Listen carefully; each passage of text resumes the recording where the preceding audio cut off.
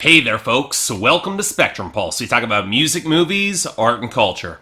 And today we're going to be talking about the newest album from Saor, called Guardians. Okay, so the last time I was aiming to talk about black metal within the woods, I got thrown a curveball. Namely the fact that their latest album, Pure, only barely stuck its toes into the genre while instead embracing more progressive and doom metal touches. That was fine, the album was great, but it also didn't mean I was going to stop looking for more black metal. And thanks to all of you, I got a wealth of suggestions to work with to catch up for the rest of 2016. So on that note, let's talk about Saor, a Scottish black metal project that erupted out of the Highlands in 2013 with their debut album Roots, reportedly aiming for a blend of atmospheric black metal with touches reminiscent of Celtic folk. And hell, that seemed like an easy way to get me on board since Panopticon brought in elements of country and bluegrass for their last trilogy of albums, the last of which, Autumn Eternal, landed on my list of my favorite records, my top 25 records of 2015. So I was all set to like Saor, and unsurprisingly, I really did come to enjoy a lot of what I heard from both Roots and their 2014 album Aura, which balanced out the relentless blur of tremolo picking and blast beats with flutes, brighter acoustics, and a defiant, soaring Celtic flavor in the melodies. Now let me stress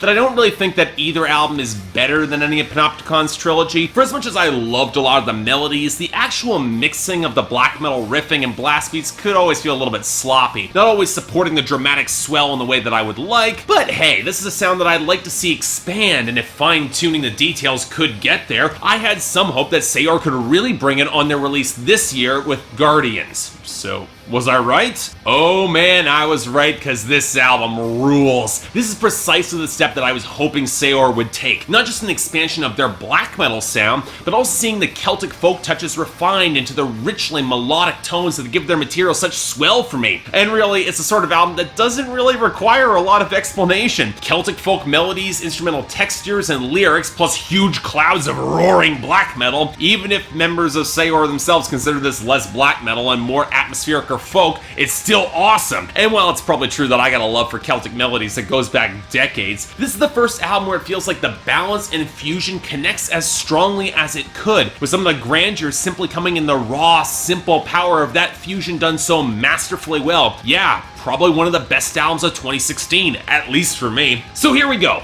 5 songs, each extending over 10 minutes. Pretty sparsely written, all things considered. In fact, let's get the writing out of the way first, because it's easily the least essential element here. Oh, it's solid as hell for what it needs to be. Combined with frontman Andy Marshall's guttural delivery, these are words that are spat across the wilderness, shredded by elements and human carnage. And yet, this is not an album that wallows in its darkness or stews in its rage. The writing calls to mind ancient history and heritage and warriors who have now returned to the earth, but have stood against the tides centuries earlier, where wars had transcended glory for something more. Hell, the clean vocals on Hearth only further emphasize this. A reverent moment, standing for hearth and home in the face of whatever might come up from the plains. This also leads to my one criticism of the album, in that the vocals feel mixed a tad low. Marshall has presence and power in his growled range, and this is the sort of mix where he could have easily commanded these songs instead of stalked within them if he was mixed a tad higher. But as I said, you're not coming to this sort of album for vocals or even for lyrics. No, the reason I'm recommending Guardians by Saor is the instrumentation and the production, the melodic composition and blend of sound. And here's the thing, if your 5 songs are 10 minutes plus long a piece, you need to do a lot to keep them interesting and dynamic, which means balancing out your instrumentation and melodic progressions and handling all the transitions masterfully. And that's presuming you can get past the novelty of the concept. Sure, those of us who are complete suckers for Celtic melodies and grooves, and who actively cheer when Nightwish brought Troy Donachy and his pipes on as a full member of the band, or when Aryan tapped him for Arion back in 2013 for The Theory of Anything, we're gonna be on board with that. But everyone else, you need to make sure that the melodic compositions can hold up, that the production can deliver all that promised swell and impact, and my god, it does. It absolutely does. Keep in mind my issues with Saor the past were that the black metal guitar work and blast beat intensity was never quite balanced properly against the folk touches on most previous albums. But those issues pretty much resolved here. That's before Saor opts to expand beyond just flutes for the Celtic touches to strings, fiddles, and more traditional instrumentation like the bodhran drum, and of course,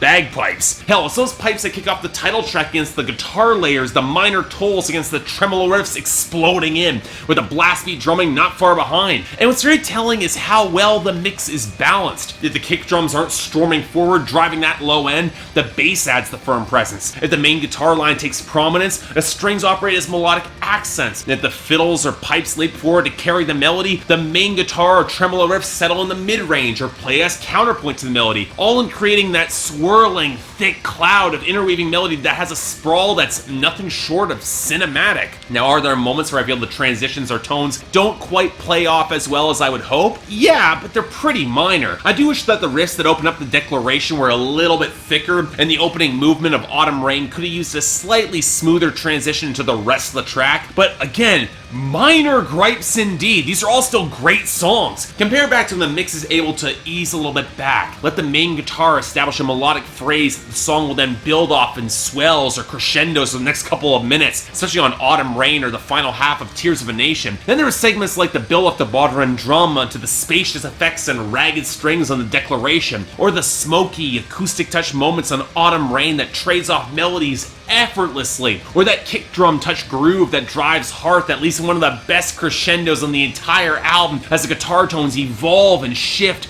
trading off melodic weight across tones from acoustic to electric to the tremolo riffs. It's stunning. And then that final segment on Tears of a Nation, how the main electric guitar, the pipes, the acoustic touches, the blast beat drumming hold that main melody stable as the backing atmosphere and the arranged instrumentation just shifts and evolves the piece, allowing to fade gracefully as the bagpipes, tremolo riffs, and main guitar shift off each other effortlessly for the closing. On a compositional level, this record is so amazingly well balanced, it's breathtaking. I really found it amazing. But in short, I'm not doing this album justice simply by describing how well it shifts and soars. Guardians is a record that feels like you're on the back of a dragon, flying low over the sweeping hills and leading a great host beneath it in a desperate charge. It's primal, it's organic. The production on the strings and pipes especially, they sound so ragged, it's damn near perfect, but ridiculously well composed and balanced. You can tell there was a lot of thought going into all these compositions. It's a triumphant album,